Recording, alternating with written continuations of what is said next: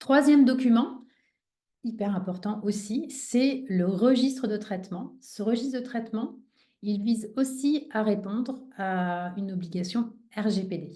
D'accord? Mais contrairement aux deux autres, ce document-là, il n'est pas destiné à vos clients. C'est un document interne à votre entreprise.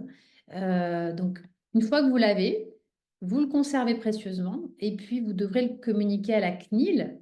La CNIL, c'est l'autorité de contrôle, le gendarme de la protection des données personnelles qui vise à s'assurer que le RGPD a été bien respecté.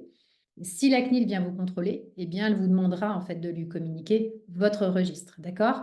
Donc, voilà, à la différence des deux autres, celui-ci, une fois que vous l'avez, vous le conservez tranquillement et puis vous le sortez, vous le communiquez à la CNIL si demain vous faites l'objet d'un contrôle.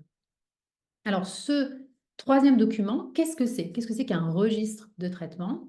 Alors, ce registre, même chose, il peut prendre une forme numérique, papier, ça peut être un fichier Excel, ça peut être un fichier Word, peu importe la forme, d'accord? C'est le contenu, encore une fois, qui est important.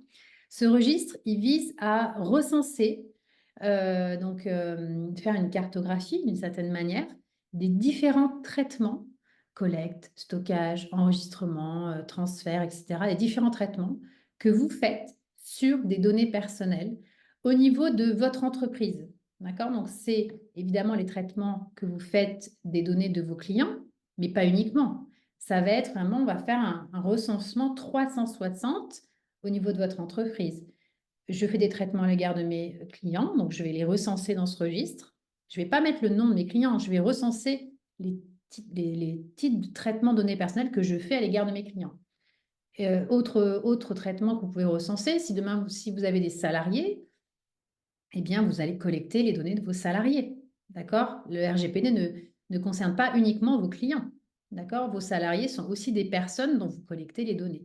Donc, dans votre registre, vous allez aussi recenser les traitements de données personnelles que vous faites à l'égard de vos salariés. Même raisonnement à l'égard de vos fournisseurs, de vos partenaires, des internautes qui navigueraient sur votre site Internet. En fait, voilà, toutes les données personnelles dont vous traitez les données personnelles doivent être informés et à l'égard de ces personnes, vous devez du coup respecter vos obligations RGPD. Donc ce registre, en fait, il vise vraiment à recenser ces types d'activités que vous avez sur des données personnelles. Ça vous permet d'avoir une vue d'ensemble de ce que vous faites sur des données personnelles. Donc c'est un outil de pilotage de votre conformité.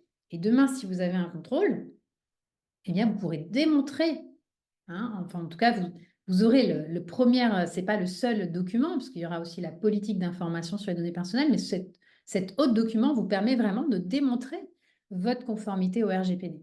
D'accord? Donc ça, c'est important. Et alors, qu'est-ce qu'on met, qu'est-ce qu'on doit mettre dans ce registre? Quel contenu on doit prévoir dans ce registre?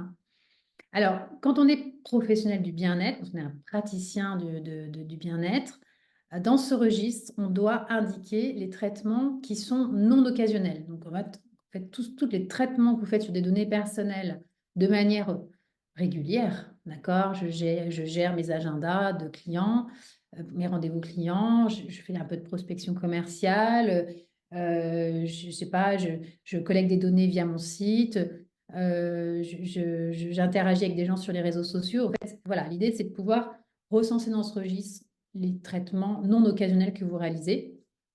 Vous devez aussi, ça c'est un point important, j'en ai pas beaucoup parlé, recenser, ça c'est important, les traitements sur des données sensibles, comme sur les données de santé. Vous êtes un certain nombre à collecter des données sensibles de santé de vos clients, antécédents médicaux, est-ce que la personne a une maladie, même si elle a été guérie depuis. Le fait que vous collectiez des données relatives à sa santé, la personne a fait une dépression.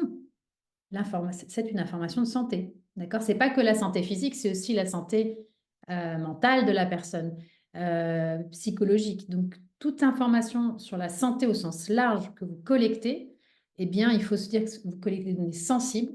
Et dans ce cas-là, il faudra du coup veiller à une protection supplémentaire de ces données-là. Et dans votre registre, vous devrez renseigner ces traitements de données sensibles.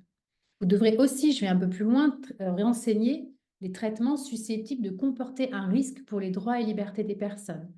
C'est par exemple le cas si vous collectez des données de santé de personnes dites vulnérables, comme des mineurs ou des personnes âgées. À partir du moment où vous réunissez ces deux critères, il peut m'arriver de collecter des données de santé de personnes vulnérables, ah ben là, vous rentrez dans une catégorie supplémentaire de traitement. D'accord? Et donc ça, il faut le recenser, il faut l'indiquer dans votre registre de traitement.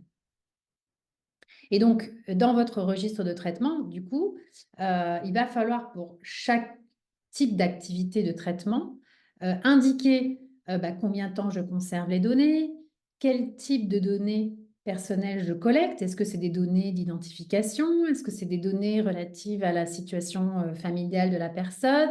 Est-ce que c'est des données relatives à la situation de santé de la personne? Voilà, il faut recenser le type de données que vous collectez. Il faut préciser dans votre registre qui a accès à ces données. D'accord?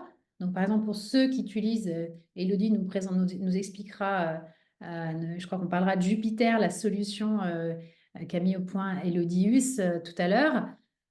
Si vous êtes un certain nombre à utiliser cette solution, il va falloir renseigner dans votre registre le logiciel Jupiter sur lequel sont hébergées les données que vous collectez. D'accord? J'ai parlé des transferts de données hors UE. Si c'est le cas, si vous en faites vous directement ou par le biais des outils que vous utilisez, exemple, je ne sais pas, vous utilisez Google ou je ne sais pas, le cloud Amazon, il peut y avoir des transferts de données hors UE, donc c'est important dans votre registre de l'indiquer. Hein.